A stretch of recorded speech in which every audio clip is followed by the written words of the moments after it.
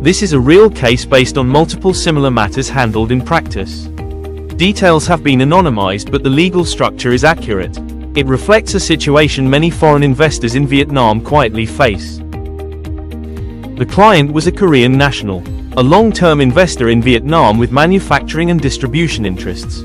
He planned to marry a Vietnamese citizen after several years of residence. Before marriage, he already owned equity in a Vietnamese operating company. The business was profitable but still in a growth phase. Future expansion and reinvestment was central to its value. Like many foreign investors, he assumed his business would remain separate. The shares were in his name. The company existed before marriage. From a business perspective, this seemed sufficient. Under Vietnamese law, the issue was not ownership but incorporation. The issue was value created during marriage. Income, dividends, and appreciation could all trigger joint property analysis. The investor planned significant capital injections after marriage. Profits would be reinvested rather than distributed. Without structure, tracing future value would be difficult. Before registering the marriage, he sought legal advice. This timing was critical. It preserved the option to implement a prenuptial agreement rather than corrective measures later. The goal was not to exclude the spouse unfairly. It was to clearly separate premarital ownership from future business risk. Clarity was the priority, not advantage. The prenup explicitly identified the investor's equity interests. It addressed existing shares and any future share issuances. Generic language was intentionally avoided. The agreement defined how appreciation would be treated. It distinguished between passive ownership and active contribution. This distinction was central to enforceability. The prenup addressed dividends received during marriage. It clarified whether reinvested profits altered asset classification. This prevented future disputes over compounded value.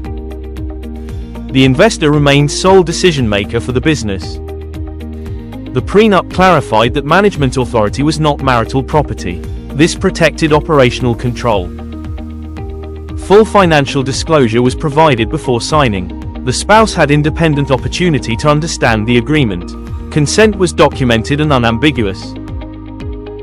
The agreement was drafted in Vietnamese and English. Both versions were reviewed for consistency. Several years later, the business expanded significantly. The company attracted strategic partners. Valuation increased multiple times over. The marriage later experienced difficulties. While separation was not initially anticipated, legal questions emerged.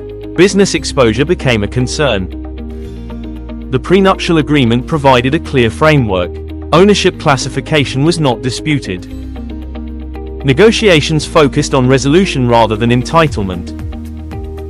Without the agreement, business growth during marriage would have been contested. Valuation disputes would likely have followed.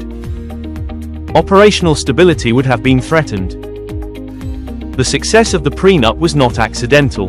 It resulted from early timing, precise drafting, and legal compliance. Preparation transformed uncertainty into control. This case illustrates a broader truth. In Vietnam, prenuptial agreements work when they are designed deliberately. For foreign investors, protection is not achieved through assumptions. It is achieved through structure. This case reflects a pattern we see repeatedly among foreign investors in Vietnam. Business protection does not begin when disputes arise, it begins before marriage is registered. If you are an investor, founder, or executive planning to marry in Vietnam, structure your protection early.